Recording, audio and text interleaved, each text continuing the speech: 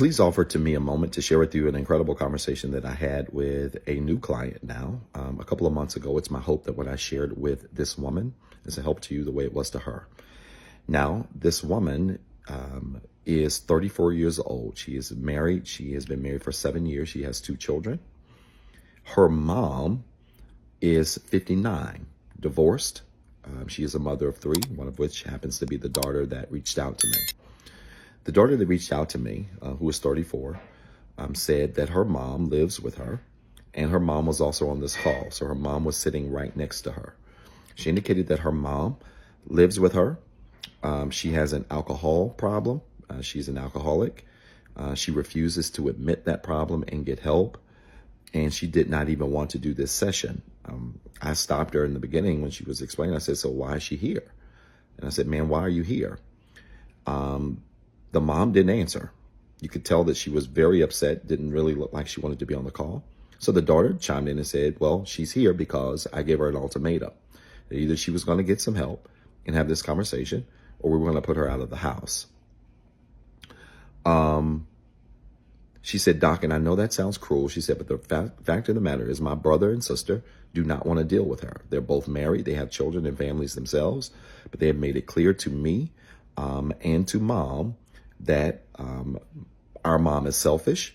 She's inconsiderate. She refuses to help herself.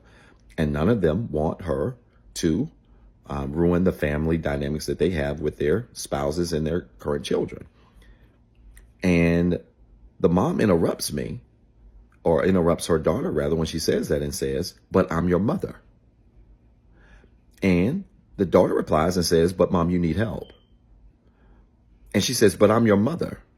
And then I interrupted and said, and you're dysfunctional. I said, ma'am, do you have a problem? She said, what do you mean? I said, do you have an alcohol problem? She said, well, I don't think so. I said, are you being honest with me? She didn't say anything. She just kind of looked down. The daughter chimed in and said, for about 5 or 6 minutes, gave me a rundown of all the challenges that they've had with her with alcohol. Stealing money to buy alcohol. She was evicted from her apartment. She has no place to stay. She lost her car. She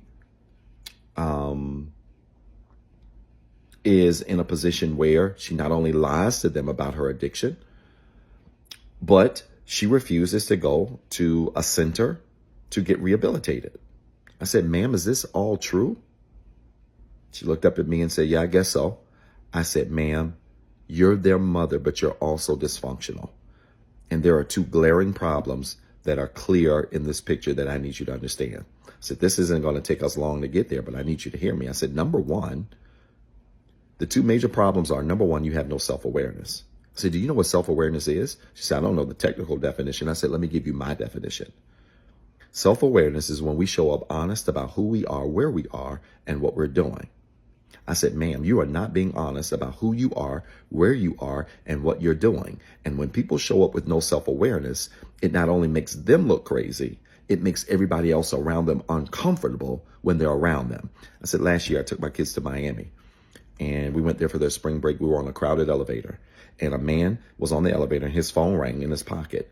His phone was on ring. We could all hear it. We're thinking the guy's going to press ignore because we're all on a crowded elevator standing shoulder to shoulder. The guy fumbles for his phone, reaches in his pocket, puts it to his ear, and screams out, hello? And starts having this loud conversation on this elevator. I'm looking around. People are looking uncomfortable. My daughter, she's elbowing me. I'm like, Giselle, stop. She's elbowing me.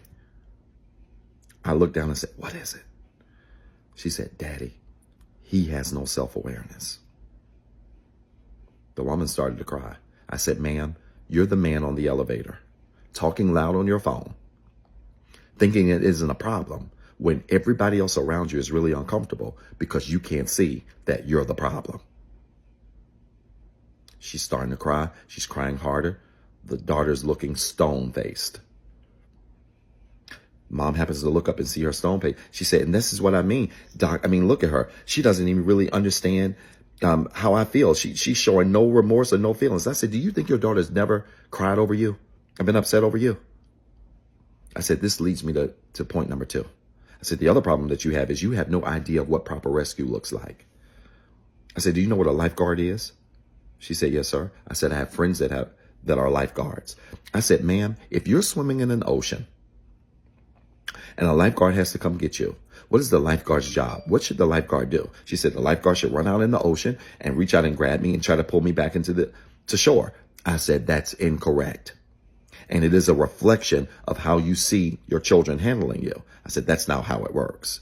If a person is swimming in the ocean and the ocean starts to pick up current and it starts blowing that person further out into the sea, and then all of a sudden the person can't put their foot on the ground, so they start to panic, and then they need help, and the lifeguard sees that they need help, the lifeguard should run out with a raft. Why? She didn't answer. I said, I'll tell you why. I said, because this ain't Baywatch. When they run out into the ocean, it is that lifeguard's job to get as close to that person as possible. And when they get close enough to be able to reach them, they are to grab the raft and throw it to the person. Why? When I said that why, the daughter started crying. The mom looks over at her, looks back at me, and said, so that I can grab the raft. I said, exactly. I said, because it wouldn't make sense to rescue you and both of us drown, would it? Mom starts crying, daughter's crying profusely.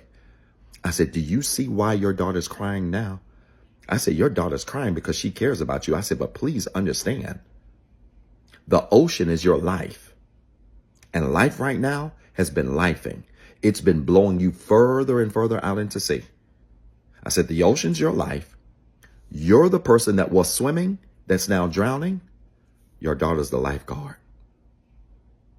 And what you're expecting your daughter to do is jeopardize her family and her well-being because you don't want to take part in your own rescue. I said to her daughter, I said, are you having any problems and complications with your husband as a result of this? She said, Doc, miraculously, no. My husband is so patient and kind. My husband loves my mother just like I love my mother. But my husband is also firm that she's got to do something to rescue herself. I said, exactly. I said, ma'am, I need you to understand this. Not only is your response that she should grab you and swim you back to shore incorrect, it's selfish. She said, Doc, I think that's a lie. I said, no, it's not. I said, do you have a religious belief? I always ask this question. I have clients from 17 countries, all different beliefs. I said, do you have a religious belief? She said, I'm Christian. I said, oh, that's so perfect. I said, thank you, Lord. That's perfect. I said, so let me guess. This is all about parents honor your children, children honor your parents, correct? She said, of course. It says that kids should honor and obey their parents. I said, exactly. I said, but did you read the whole Bible? She said, yes, sir. I said, did you read the part where it says that parents should not cause their children or provoke their children to wrath?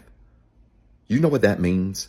That means doing stuff that makes life hard on your children unnecessarily. I said, ma'am, that's not honor. What you're expecting from her is not honor, it's abuse.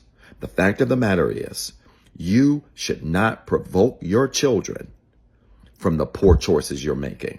You're making poor choices and you're exhibiting bad behavior. And if you are not dedicated to your own rescue, she has no obligation to make you dedicated. Mama's crying hard. Daughter's crying hard. Daughter starts saying, Doc, thank you. This is all we've been trying to say. This is why my brother and sister don't want to deal with her, but she can't see it. The mom stops and says, Doc, will you help me? I said, ma'am, I'd be honored to help you. I said, but under one condition. You cannot come to the ocean and deal with this ocean that is your life and expect me to do all the work. I'm going to swim as close to you as I can. I'm going to throw that life raft or that raft. You're going to have to grab it and you're going to have to do the work yourself. Why? Because what you're expecting from your children is not honor. It's abuse because you're not taking part in your rescue. I hope this made sense. If it did, type church in the comments with 3 R's. And then remember, you've got 2 jobs. 1, be better today than what you were yesterday. And 2, don't forget what I told you.